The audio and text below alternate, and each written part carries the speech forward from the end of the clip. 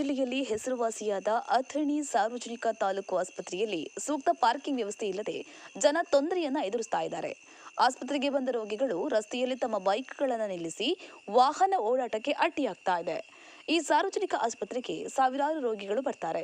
ಆದರೆ ಇಲ್ಲಿ ವಾಹನ ನಿಲ್ಲಿಸೋಕೆ ಸೂಕ್ತ ವ್ಯವಸ್ಥೆ ಇಲ್ಲದ ಕಾರಣ ಸಾರ್ವಜನಿಕರು ಮತ್ತು ವಾಹನ ಸವಾರರು ಸೇರಿ ಸಂಬಂಧಿಸಿದ ಅಧಿಕಾರಿಗಳಿಗೆ ಹಿಡಿ ಶಾಪ ಹಾಕ್ತಾ ಇದ್ದಾರೆ. ಪ್ರಭಾವಿ ಶಾಸಕ ಲಕ್ಷ್ಮಣ ಸವದಿ ಕ್ಷೇತ್ರದಲ್ಲಿ ಈ ರೀತಿಯ ಅವ್ಯವಸ್ಥೆ ಕಂಡು ಬಂದಿದ್ದು, ಕೂಡಲೇ ಸಂಬಂಧಿಸಿದ ಅಧಿಕಾರಿಗಳು ನಿರ್ದೇಶಿಸಿ ಈ ಸಮಸ್ಯೆಗೆ ಪರಿಹಾರವನ್ನ ಕಂಡುಕೊಳ್ಳಬೇಕಾಗಿದೆ. ಇದಕ್ಕೆ ಪರ್ಯಾಯ ವ್ಯವಸ್ಥೆ ಕಲ್ಪಿಸದಿದ್ದರೆ ಉಗ್ರ ಹೋರಾಟ ಮಾಡುತ್ತೇವೆ ಎಂದು ರೈತ ಸಂಘಟನೆ ಮತ್ತು ಕರ್ನಾಟಕ ರಕ್ಷಣಾ ವೇದಿಕೆ ಎಚ್ಚರಿಸಿದೆ.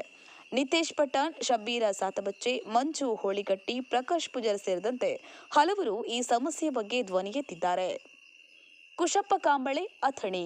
ಜೈ ಭೀಮ್ ನ್ಯೂಸ್ 24x7. ಇದು ಬಹುಜನರ ನ್ಯಾಯಕ್ಕಾಗಿ.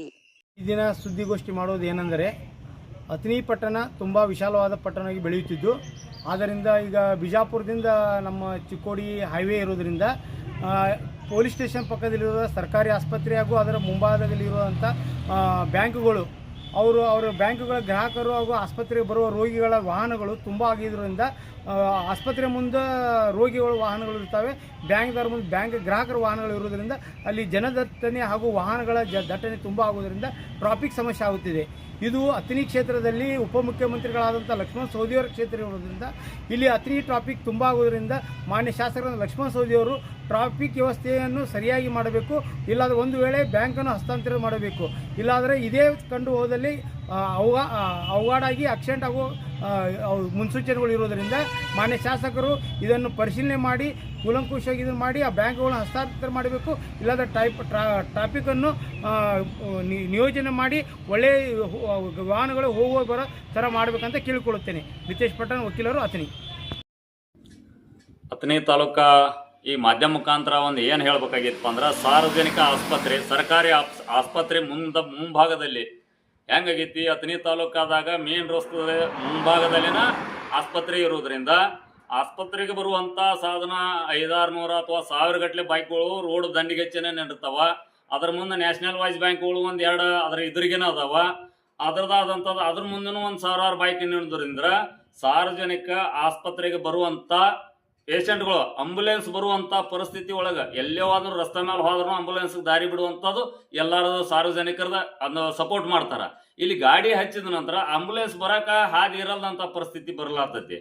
ಇಲ್ಲಿ ಪ್ರಭಾವಿ ಶಾಸಕರು ಇದ್ರೂ ಸಹಿತ ಈ ಆಸ್ಪತ್ರೆ ಬದಲು ಕಾಳಜಿ ಆಗಿರ್ಬೋದು, ಈ ಸಾರ್ವಜನಿಕ ಏನೋ ಒಂದು ಪರ್ಯಾಯ ಮಾರ್ಗ ವಾಹನ ನಿಲ್ಲುವಂಥ ವ್ಯವಸ್ಥೆ ಬೇರೆ ಕಡೆ ಮಾಡಬೇಕು. ಇಲ್ಲ ಮತ್ತೆ ಅಲ್ಲಿ ಏನು ಪರ್ಯಾಯ ಬ್ಯಾಂಕ್ ಸ್ಥಳಾಂತರ ಮಾಡಬೇಕು ಅಥವಾ ರಸ್ತಾ ಮಗಲ್ಕೊಂದು ಏನಾದರೂ ಬೈಕ್ ನಿಲ್ಲಿಸುವಂಥ ವ್ಯವಸ್ಥೆ ಮಾಡಬೇಕು.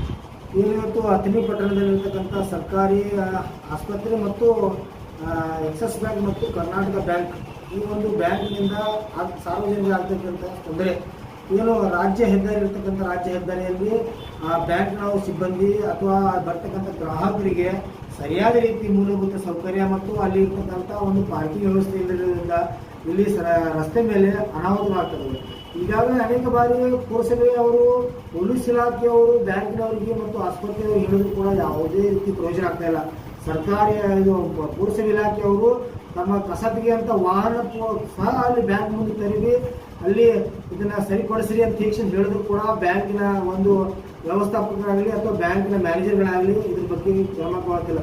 ಇದರಿಂದ ಪ್ರತಿನಿತ್ಯ ಜನರಿಗೆ ಮತ್ತು ರಾಜ್ಯ ಹೆದ್ದಾರಿ ಇರುವುದರಿಂದ ಬರ್ತಕ್ಕಂಥ ಬೇರೆಯವರಿಗೆ ಹೋಗ್ತಕ್ಕಂಥ ಅಲ್ಲಿ ಜನರಿಗೂ ಕೂಡ ಇದು ಸಮಸ್ಯೆ ಆಗತ್ತಿದೆ.